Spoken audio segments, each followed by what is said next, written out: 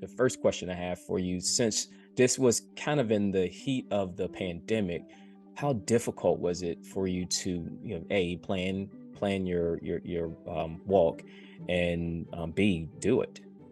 Yeah, what was interesting, Devin, is that I was originally going to walk out my door. I think the date was the 26th of March 2020. Okay. And and then some things started to go all awry in March of 2020 and everybody's lives got upended. Hmm. So I watched, of course, all that go flying out the window. Literally people, Airbnb people and others down the road that I had planned to where I was going to stay and people I was going to meet with saying no thank you. So I had to put the whole thing off for a year. And, that was a crazy, wild, unfortunate year for so many of us. Right. I then walked out my door almost exactly a year later. I had had my vaccines.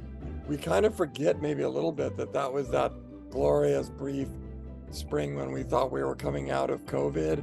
Right. Um, and the numbers were plunging and everything was reopening and people were dropping their masks. And so I walked out into a world where very few people were really on the move yet. They weren't even traveling that much. The airports were still pretty empty, but the Airbnb folks were welcoming me. They actually, like the first night I stayed in an inn about 24 miles from my house, up Rock Creek, going directly north from DC. Hmm. That couple that ran that B&B kind of place, I don't think they'd had a guest for months, like I was the first one that arrived at their door. So it was Wow. a great time to head out. It was the start of the spring. We thought the COVID was over. It wasn't. We hadn't had Delta. We hadn't had Omicron. Mm. But it was a great moment to head out on a big walk like that. Before your run, or a few years before your run, you got some bad news, health wise. Right. um and how difficult, number one, was it dealing with that, and recovering from that? Was your health news or your health scare part of what inspired you to take the journey that you went on from DC to New York City? Yeah, it did actually. I mean, I had a bad cancer diagnosis in 2017, and it was one of those things, you get home and you kind of try to resist the whole Google temptation, but Yeah. pretty soon you're wallowing around in the Google world, and then you're like, dang, according to this stuff, I got like, what was it, like 13% chance of being around in 5 years, Right. kind of thing. And I was like, ooh, wow, I might like miss, whole decades of my life that I'd been kind of counting on. Hmm. And so when I beat it back, it took basically 4 years, not like I was laying in a hospital bed. I was doing all kinds of stuff, but I was still fighting the fight. And then I had a bit of a relapse, and that kind of like, oh shit. And Hmm. um, and so it just made things more urgent for me. It also kind of just clarified my vision on a lot of things. It actually had the incredible gift to me of just making the world a more beautiful place. Right. You know, uh, and my appreciation for what it is we have around us just sort of went sky high. And so I walked out the door in a way with that kind of added element of, appreciation for what the world held Right. and desire to go out and take a close, slow look at it. Right. Um, so I kind of say that it was my illness and then getting over it, and then it was sort of the national illness and getting out of it. The two of them combined, my Yeah. experience, the COVID experience. To be honest, and now I talk about this a lot, that if I'd walked out my door when I thought I was going to originally, everything that happened in between, not just COVID, the death of George Floyd, the protests, Hmm. the riots in some places, you were a witness to the whole huge debate in Richmond. Do these Yeah. statues deserve to be here? Should we tear these statues down? And it was just this incredible period, really one of the most amazing stretches in recent American history where we're looking at our history new. We're thinking of why is there a Robert E. Lee statue in the middle Yeah. of this town? And we're like, no, let's move on. And it made my walk so much more interesting because I just walked into a different country in a lot of ways with all these issues on the table in a public way that hadn't really been there before. Hmm. Well, been there, but not as publicly. And so I wanted to also go out and think about like, okay, who else should we be honoring that we're not even thinking about at all, right? And Right. those are the interesting people. Anyway, that's not what you asked about, but so yeah. No, no, that was great. And I guess going on to or mentioning how we were in a pivotal point in our nation's history during the time that you went on your journey, went on your walk. I know in the article that you wrote, you alluded to your, faith in America being strengthened during your walk, and the people that you've met, the people that you spoke with. Um, how so? How did your journey cause you to or give you I guess a renewed faith in this country or in the people in this country? It's a difficult question to answer in a lot of ways because we're all, I think, a bit beaten down by legitimate news of a lot of stuff that's going on, like as we speak, that is disturbing. And I think there's good reason to be worried about where at least a portion of the country is heading Mm, and whether it's going to drag us down in ways that we'll all regret, even if we're not really a part of that action at all or right, oppose it. And, you know, so there's that.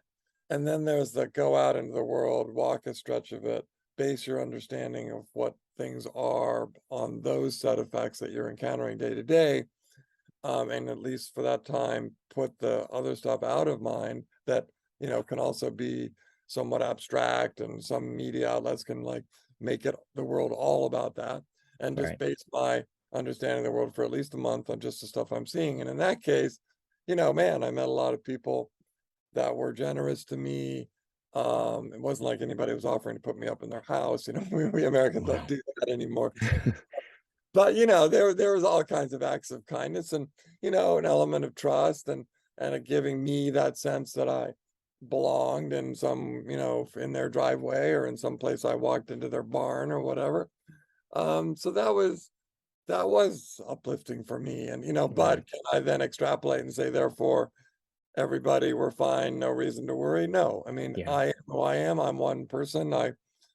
People I probably provoke less, apprehension when they see me walking down the street than they would other people might feel. So, yeah, I hesitate a little bit to make some sweeping judgment about the state of America based on a month-long walk. But what I do argue is that there is another world out there that is filled with a lot more goodness than people might think if you're sitting on at home watching TV or looking through the newspapers online or whatever and going, holy shit, it's terrible out there. Um, right.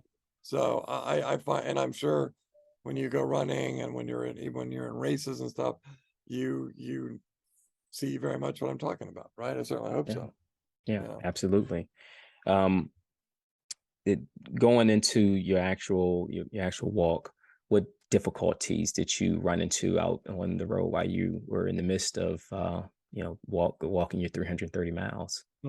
Yeah. Not like tons. I mean, for one, this was, I was never expecting or wanting anybody to necessarily be impressed by this as an athletic feat. I've Hmm. also run, what, 6 marathons. I think that's what you've done. I've run the Richmond half marathon. I haven't done Hmm. the marathon down there, but I've done two, just a couple in DC and so on and so forth. But, that's, those things are hard.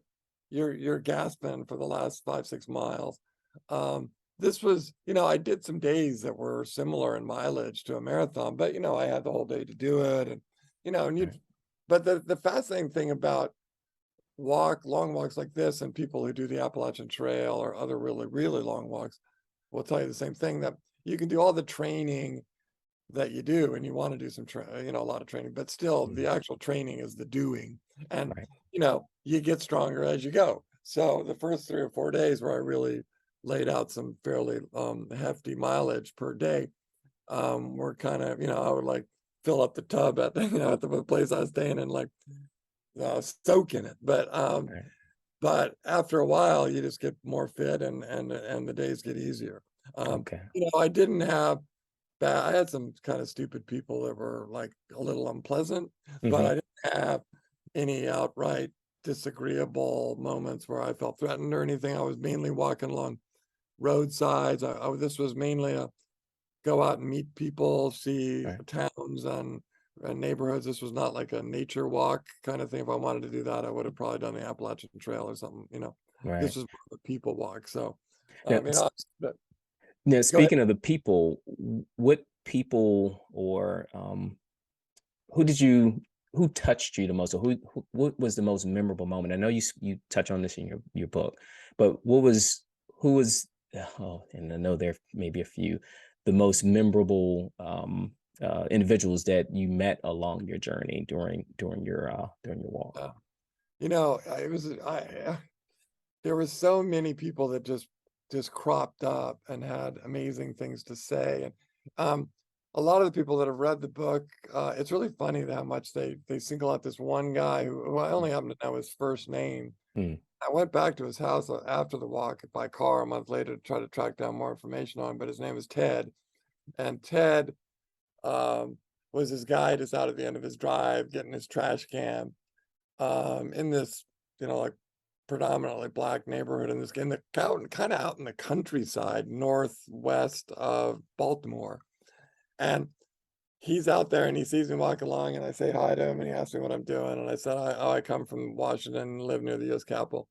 hmm I'm walking up to New York City on this walk just to kind of get a sense of America and what's happening. And he asked me a couple questions and then he just like launches into this sermon that was so fantastic. It was like, look, this is how I see it.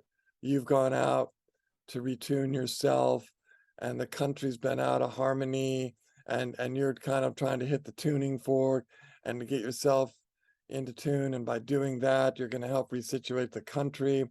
And I see this walk of yours as a holy walk and all that stuff. And I'm like, Ted, man, so back off, hmm Uh, you're putting a lot of weight on my shoulder talking this is calling this a holy walk, but Ted was and when people say if you could go back out and walk for some length of time with one person you met, who would it be? And I almost always say it would be Ted because he was just a really interesting character.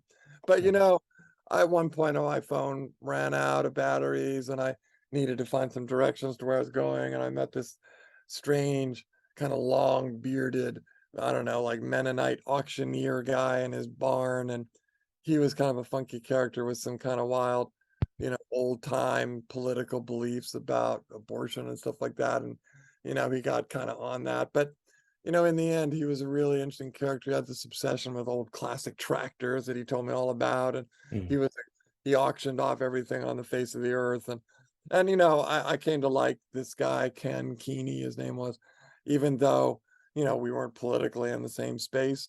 But hmm that's was a lesson from the whole walk that you meet people, you might not necessarily have tons in common, um, you know, uh, in a Facebook kind of Twitter way, but once you're actually talking to them face to face and seeing their world and the other things that interest them, you find something that's fun, charming, whatever about them. Not All always, right. but hopefully most of the time. All right. What did uh what did your family and your friends feel about um your journey and your trip? Because obviously you did, I'm sure you spoke with your wife and your friends and your brother, and what did they feel about your trip? It was the kind of thing where at the beginning, like, a couple years before when I would say, I've been thinking about walking in New York, people would be like, what? It just kind of, it didn't right off the bat make sense to a lot of people because it's like, if you want to do a long walk, why would you walk up through this, what they consider to be like ugly, congested, you know, walking through Baltimore, walking through Philly, I don't know. But as it developed and as I came to see it for what it was, most people kind of came around to it and were really excited about it. And if you've read some of the book, you'll know that there were hmm times that I had friends meet me and chunks of it and walk with me. And if we had known each other, it would have been really cool to have you come along for a stretch of it. You know, people came that brought their own knowledge with them about the stretch we were going to walk. I'm talking about like a half day. I had nobody ever walked with me more than 4 or 5 hours, which is fun. I hmm mean, I wanted to be on my own because when you're on your own is when you have some encounters with people that you wouldn't have if you're with someone else. Um, so, and then, I was doing these daily emails to a whole huge group of people, like 250 people or so as I went. And people were just like completely immersed in that because, you know, not everybody was out and about. Very few people were. And because hmm of the whole COVID shadow thing, it was like a huge adventure that I was on, and everybody wanted to know more about it as I went. So that was kind of cool. And it's an excerpt in your book, if you don't mind me Sure. reading, that. I wanted to kind of bring up in the very beginning. You have I kissed my wife, and I want to make sure I'm pronouncing the name right. Shayla, is that correct? Yeah, Sheila, yeah. Okay. I kissed my wife Shayla, said goodbye to my brother Jeff, scratched my Airedale behind the ear, and turned north. I was off to talk to America, to listen to her, to examine her, to wonder over her, at what we all hoped was the end of the roughest patches in our history. After taking this journey, what do you think America said back to you? You know, we've been through a lot for the whole beginning, since the beginning of time, and certainly the beginning of our more modern history. Uh, the COVID thing, and when I say COVID, I mean the whole of it, the George Floyd stuff, the bizarre disputed election, the January 6th, all that sort of stuff, has been, an ongoing test to the whole population. And, you know, it we have a resilience about us, a way, and I hope it'll stay this way, of it may take time, but figuring things out. Um, there is, I still think, a genuine baseline goodness that's out there, despite the fact that there's some people that clearly aren't in that camp. Right. Um, and part of the walk was really an act of trust, of just put yourself out there and see if people are gonna respond and not be unpleasant. And so I say at the end of the book, I'm not, there's thousands, tens of thousands of people drove by me in their cars at 60 miles an hour or whatever. I don't know much about them. I met the people I met. I saw the things I saw.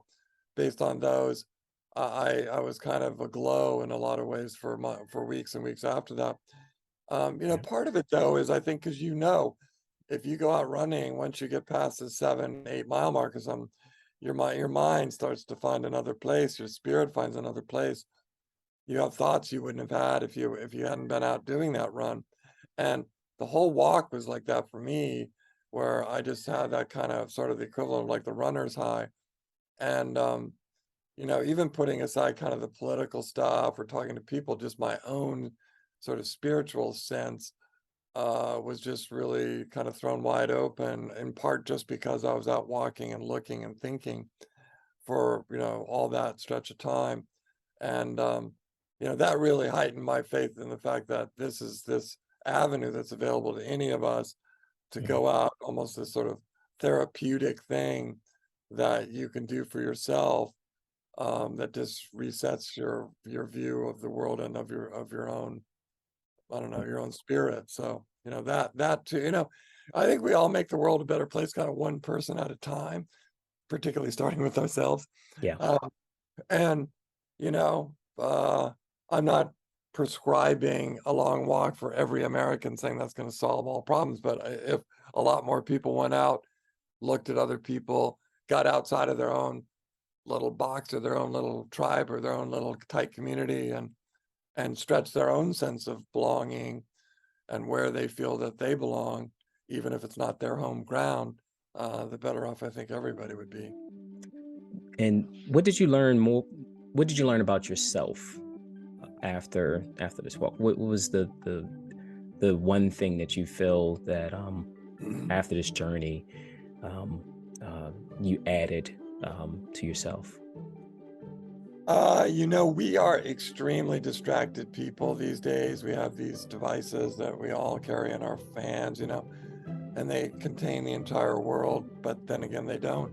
And, um, there is such a value in attentiveness and simplicity. And what made this walk so amazing for me personally, and what kind of created these moments of joy, that were certainly more numerous and more pronounced than I would have in a normal rounds of my life, was just the fact that I had stripped things down to a very simple level and was just out every day, just wanting to pay attention, not to earbuds, not to other people talking in my ear, not to music. I just wanted to go out and see the world and think about things and walk. And that, again, I think that is probably going to be a magical formula to most of us, that we live lives that are just too cluttered, too Mm, looking this way, looking that way, paying attention to all these things far away. And we kind of have lost sight of the immediate stuff. And you know, I've seen a few springs. I've been around for more than a few years, and I'd never seen a spring as closely as that. I was like, wow, I actually never took the time to watch a spring, you know, like Right. what it really is like tree by tree, mile by mile. Right. So I guess that's a roundabout way of just saying, I realize that there are all these reservoirs of joy inside all of us that we don't really tap all that well. And doing a walk like this, or even doing a lot of running like I know you're big on, it taps that joy, you know? Right.